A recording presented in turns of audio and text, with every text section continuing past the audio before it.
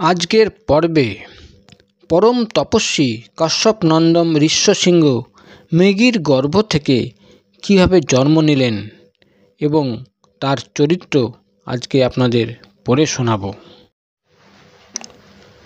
বৈশম্পায়ন বললেন, রাজন, তারপর কুন্তিপুত্র মহারাজ যুধিষ্ঠির একে একে নন্দা এবং অপরনন্দা নামক নদীতে গেলেন। এই নদীগুলি সর্বপ্রকার পাপ ও ভয় নাশ করে। হেমকূট পর্বতে গিয়ে তারা অনেক অদ্ভুত ব্যাপার লক্ষ্য করলেন। সেই স্থানে নিরন্তর বায়ু প্রবাহমান এবং নিত্য বর্ষা বিরাজমান। সেখানে বেদ অধ্যয়ন শ্রুতিগোচর হলেও কোনো স্বাধ্যায়কারীকে দেখা যেত না। লোমশ মুনি তখন বললেন, কুরুবর, নন্দা নদীতে স্নান করলে মানুষ তৎক্ষণাৎ সাপমুক্ত হয়ে যায়। সুতরাং আপনি ভাইদের নিয়ে এখানে স্নান করুন। তার কথায় যুধিষ্ঠির ভাই এবং সঙ্গীদের নিয়ে নন্দা নদীতে স্নান করলেন। পরে শীতল জলসম্পন্ন অত্যন্ত রমণীয় এবং পবিত্র কৌশিকী নদীতে গেলেন। লোমশ মুনি বললেন, ভরতশ্রেষ্ঠ, এ হলো পরম পবিত্র দেব নদী কৌশিকী। এর তীরে বিশ্বামিত্রের রমণীয় আশ্রম দেখা যাচ্ছে। এখানে মহাত্মা কাশ্যপের অর্থাৎ বিভাণ্ডকের আশ্রম। একে পুণ্যাশ্রম বলা হয়। মহর্ষি বিভাণ্ডকের পুত্র ঋষ্যশৃঙ্গ বিখ্যাত তপস্বী এবং সংযতেন্দ্রিয় ছিলেন। একবার অনাবৃষ্টি হওয়ায় তিনি তপপ্রভাবে বর্ষা আনিয়েছিলেন। এই পরম তপস্বী বিভাণ্ডক কুমার মৃগীর গর্ভ হতে জন্ম নিয়েছেন। যুধিষ্ঠির জিজ্ঞাসা করলেন, মুনিবর, পশুর সঙ্গে মানুষের যৌন সংসর্গ তো স্বাস্থ্য এবং লোকমর্যাদা উভয় দৃষ্টিতেই বিরুদ্ধ।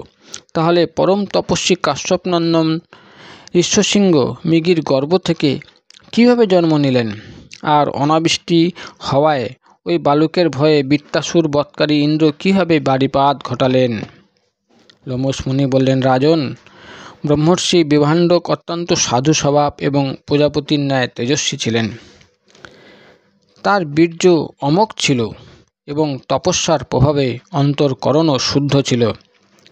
একবার তিনি এক সরোবরে স্নান করতে গেছেন। সেখানে উর্বশী অপ্সরাকে দেখে জলের মধ্যে তার বীর্য স্খলিত হয়। সেই সময় এক পিপাসার্ত হরিণ জল পান করতে এসে জলের সঙ্গে বীর্যও পান করে নেয়। তাতে সে গর্ভধারণ করে। বাস্তবে সে ছিল এক দেবকন্যা। কোনো কারণে ব্রহ্মা তাকে শাপ দিয়ে বলেছিলেন, তুমি মৃগ হয়ে জন্ম নিয়ে এক মুনিপুত্রের জন্ম দেবে। তখন এই অভিশাপ থেকে মুক্ত হবে। বিধির বিধান অটল। তাই মহামুনি ঋষ্যশৃঙ্গ ওই মৃগীর পুত্ররূপে জন্মান। তিনি অত্যন্ত তপনিষ্ঠ ছিলেন এবং বনেই থাকতেন। তার মাথায় একটি শৃঙ্গ ছিল, যার জন্য তিনি ঋষ্যশৃঙ্গ নামে প্রসিদ্ধ হন। তিনি তার পিতা ব্যতীত আর কোনো মানুষ দেখেননি। তাই তার মন সর্বদাই ব্রহ্মচর্যে অটল ছিল।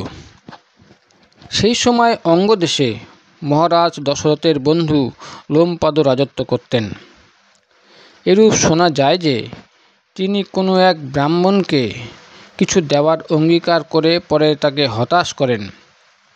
তাই ব্রাহ্মণেরা তাকে ত্যাগ করেছিলেন। তাই তার রাজ্যে বর্ষা হতো না এবং প্রজারা বৃষ্টির জন্য হাহাকার করত।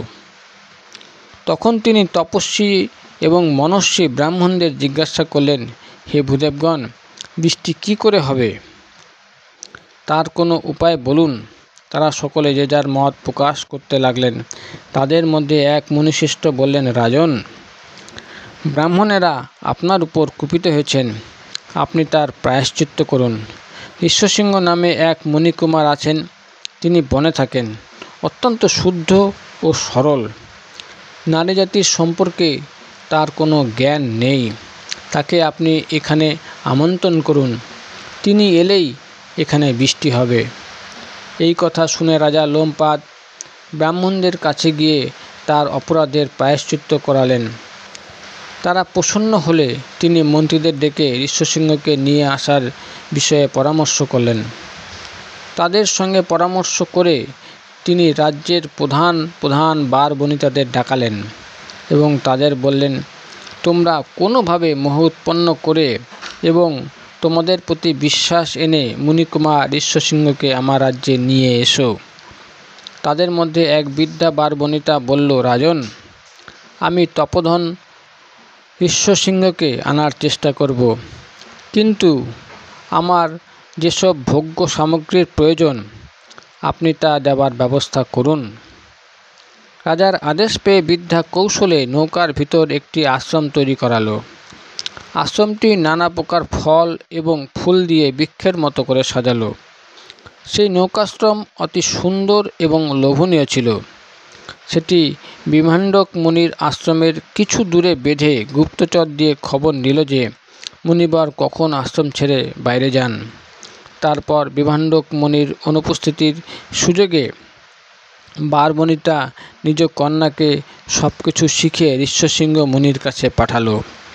সেই বারবনিতা আশ্রমে গিয়ে তপনিষ্ঠ মুনিকুমারকে দর্শন করে বলল, মুনিবর, এখানে সব তপস্বীরা আনন্দে আছে তো? আপনি কুশলে আছেন তো? আপনার বেদ অধ্যয়ন ঠিকমতো হচ্ছে তো? ঋষ্যশৃঙ্গ বললেন, আপনার দেহকান্তি সাক্ষাৎ তেজপুঞ্জের ন্যায় প্রকাশমান হচ্ছে। আমার মনে হচ্ছে আপনি কোনো পূজনীয় মহানুভব। আমি আপনাকে পা ধোয়ার জল দিচ্ছি এবং আমার ধর্ম অনুসারে আপনাকে কিছু ফল প্রদান করছি। আপনি এই মৃগচর্মে বসুন। আপনার আশ্রম কোথায়? আপনি কী নামে প্রসিদ্ধ? বারবনিতা বলল, কাশ্যপনন্দন, আমার আশ্রম এখান থেকে 3 যোজন দূরে পর্বতের ওপারে। আমার নিয়ম হলো যে আমি কারো প্রণাম নেই না এবং কারো প্রদত্ত পাদ্য স্পর্শ করি না। আমি আপনার প্রণম্য নই, আপনি আমার বন্দনীয়। ঋষ্যশৃঙ্গ বলেন, এখানে নানা প্রকার পাকা ফল রয়েছে। আপনি আপনার রুচি অনুসারে এখান থেকে ফল গ্রহণ করুন। মহর্ষি লোমশ বললেন, রাজন, বারবনিতা মেয়েটি সেই ফলগুলি নিল না, উপরন্তু ঋষিকুমারকে নিজের থেকে আনা অত্যন্ত রসালো, স্বাদু, রুচিবর্ধক খাদ্য পদার্থ দিল। তাছাড়া সুগন্ধি মালা, বিচিত্র জমকালো বস্ত্র এবং সুস্বাদু শরবতও খেতে দিল। সেইগুলি পেয়ে ঋষ্যশৃঙ্গ অত্যন্ত খুশি হলেন এবং তার হাসি মজা করতে প্রবৃত্তি হলো।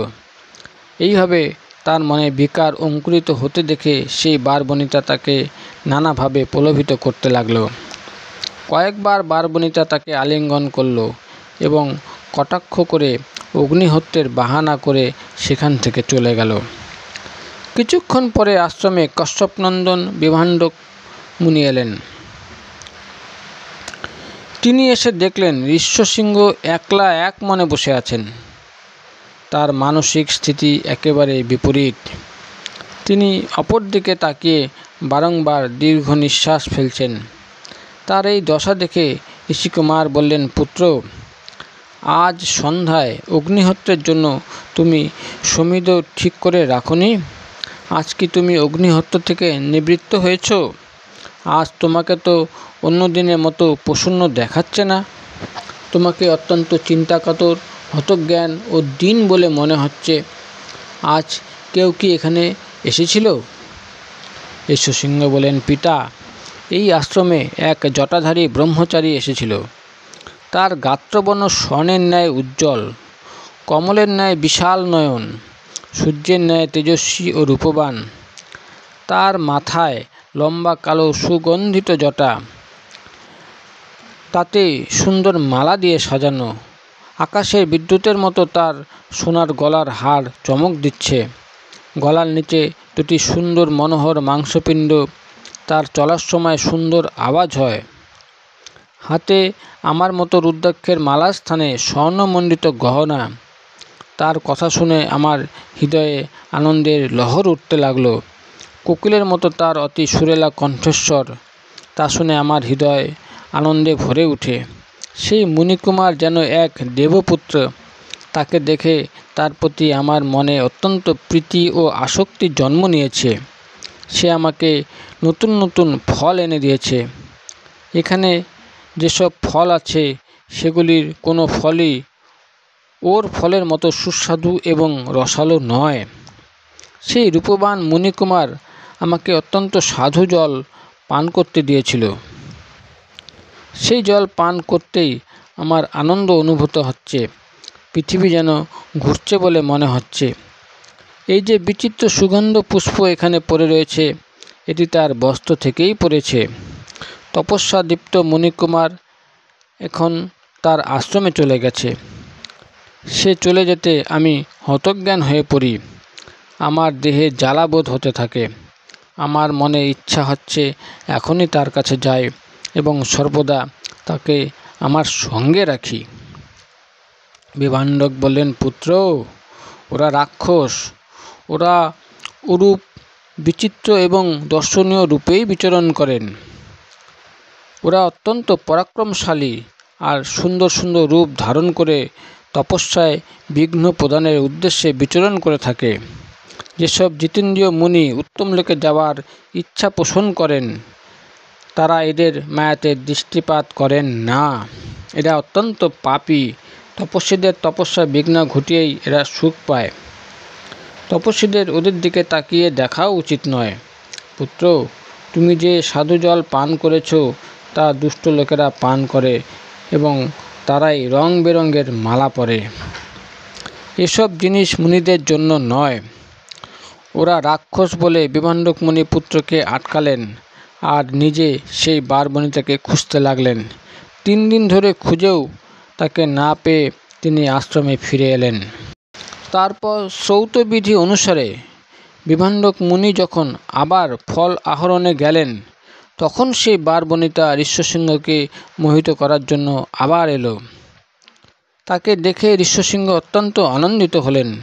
তিনি দৌড়ে তার কাছে এসে বললেন, শোনো, পিতা আসার আগেই আমরা তোমার আশ্রমে চলে যাব। হে রাজন, এইভাবে যুক্তি করে বিভাণ্ডক মুনির একমাত্র পুত্র ঋষ্যশৃঙ্গকে তারা নৌকাতে তুলে নিল। তারপর নৌকা চালিয়ে মুনিপুত্রকে নানা প্রকার আনন্দে ব্যস্ত রেখে অঙ্গরাজ লোমপাদের কাছে নিয়ে এলো। অঙ্গরাজ তাকে অন্দরমহলে নিয়ে গেলেন। তার মধ্যেই তিনি দেখলেন বৃষ্টি শুরু হয়ে সর্বত্র জলে ভরে উঠেছে। এইভাবে তার মনস্কামনা পূর্ণ হওয়ায় রাজা লোমপাদ তার কন্যা শান্তার সঙ্গে ঋষ্যশৃঙ্গের বিবাহ দিলেন। এদিকে বিভাণ্ডক মুনি ফল ফুল নিয়ে আশ্রমে এসে পুত্রকে না দেখতে পেয়ে অনেক খুঁজলেন, কিন্তু তাকে পেলেন না। তখন তিনি অত্যন্ত ক্রুদ্ধ হলেন এবং ভাবলেন, নিশ্চয়ই অঙ্গরাজই এই ষড়যন্ত্রের নাটের গুরু। তখন তিনি অঙ্গাধিপতি এবং তার সমস্ত রাজ্য পুড়ে ফেলার ইচ্ছায় চম্পাপুরীর দিকে রওনা হলেন। পথ চলতে চলতে ক্ষুধা তৃষ্ণায় পরিশ্রান্ত হয়ে তিনি এক গো সম্পদশালী ঘোষ বাড়িতে এলেন। গোয়ালারা তাকে রাজার মতো আদর আপ্যায়ন করল। বিভাণ্ডক ঋষি সেখানে এক রাত বিশ্রাম গ্রহণ করলেন। গোয়ালারা তাকে এত অভ্যর্থনা জানানোয় তিনি জিজ্ঞাসা করলেন, তোমরা কার প্রজা? তখন সকল গোয়ালা জানালো যে এসবই তার পুত্রের সম্পত্তি। স্থানে স্থানে এইরূপ অভ্যর্থনা পেয়ে এবং মধুর বাক্য শুনে তার উগ্র ক্রোধ শান্ত হয়ে গেল। তখন তিনি প্রসন্ন চিত্তে অঙ্গরাজের কাছে এলেন। নরশ্রেষ্ঠ লোমপাদ তাকে বিধিসম্মতভাবে পূজা অর্চনা করলেন। তিনি দেখলেন স্বর্গলোকে যেমন ইন্দ্র বিরাজ করেন, তার পুত্রও এখানে সেইভাবে বিদ্যমান। সেই সঙ্গে তিনি বিদ্যুতের মতো জ্যোতিপূর্ণ পুত্রবধূ শান্তাকে দেখলেন। পুত্র বহু গ্রাম ও সম্পত্তি পেয়েছে দেখে এবং শান্তার দিকে তাকিয়ে তার ক্রোধ প্রশমিত হলো। তারপর লোমপাদও যা অন্তর থেকে চাইছিলেন তাই করলেন। বিভাণ্ডক মুনি পুত্র ঋষ্যশৃঙ্গকে বললেন, তোমার পুত্র জন্মগ্রহণ করলে রাজার অনুমতি নিয়ে বনে চলে আসবে। ঋষ্যশৃঙ্গ পিতার নির্দেশ পালন করে যথাসময়ে পিতার আশ্রমে ফিরে এলেন। শান্তাও সর্বপ্রকারে পতির অনুকূল আচরণ করতেন। তিনিও বনে বাস করে পতির সেবা করতে লাগলেন। যেভাবে সৌভাগ্যবতী অরুন্ধতী বশিষ্ঠকে, লোপামুদ্রা অগস্ত্যকে এবং দময়ন্তী নলকে সেবা করতেন, শান্তাও অত্যন্ত প্রীতি সহকারে তার বনবাসী পতির সেবা করতেন। এই পবিত্র কীর্তিশালী আশ্রম সেই ঋষ্যশৃঙ্গেরই। এরই জন্য এর নিকটবর্তী সরোবর শোভা অত্যন্ত বৃদ্ধি পেয়েছে। এই সরোবরে স্নান করে তুমি কৃতকৃত্য ও শুদ্ধ হও, তারপর অন্য তীর্থে যাবে। এর পরের পর্বে পরশুরামের উৎপত্তি ও তার চরিত্র বর্ণনা আপনাদের গল্পের আকারে পড়ে শোনানো হবে।